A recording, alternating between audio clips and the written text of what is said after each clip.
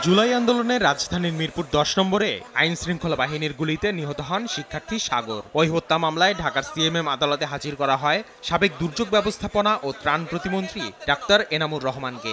১০ দিনের রিমান্ড আবেদন করে পুলিশ। রাষ্ট্রপক্ষের আইনজীবী বলেন, স্বৈরাচার বিরোধী আন্দোলনে অর্থ ঢেলে মদতদাতা ও পরিকল্পনাকারী হিসেবে ভূমিকা রেখেছিলেন সাবেক এই প্রতিমন্ত্রী। পরে উভয় পক্ষের শুনানি শেষে ৬ দিনের রিমান্ড মঞ্জুর করেন বিচারক। কারা জড়িত আছে, কারা সেখানে অর্থ দিয়েছে এবং কিভাবে হত্যার সঙ্গে তাদের সম্পর্কটা আরও বিভিন্নভাবে খতিয়ে দেখার জন্য আবার বিভিন্নভাবে যারা এটার সঙ্গে কাজ করে তাদেরকে বের করে আনার জন্য আজকে তাকে আদালতে উপস্থাপন করে ১০ দিনের রিমান্ড প্রার্থনা করেন। শুনানির সময় আদালতকে এনামুর রহমান বলেন, ৪ মাস ধরে হাসপাতালে বিনামূল্যে জুলাই আন্দোলনে আহতদের চিকিৎসা সেবা দেয়া হচ্ছে। যদিও রাষ্ট্রপক্ষের আইনজীবী বলেন, জনগণের চাপের মুখে এ সেবা দিচ্ছে হাসপাতালটি। জুলাই আগস্টের সময় যারা আহত হয়েছেন তাদেরকে সবাইকে উনি দিয়ে দিয়েছেন।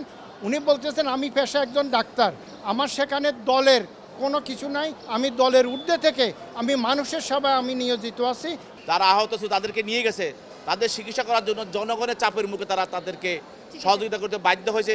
এদিন যাত্রাবাড়ী থানার হত্যা মামলায় সালমান এফ রহমানকে ৩ দিনের রিমান্ডে পাঠিয়েছেন বিচারক। এছাড়া বিভিন্ন থানার হত্যা মামলায় সাবেক মন্ত্রী আনিসুল হক, জুনায়েদ আহমেদ পলক, সাবেক আইজিবি চৌধুরী আব্দুল্লাল মামুন সহ ১২ জনকে নতুন করে গ্রেফতার দেখানো হয়েছে।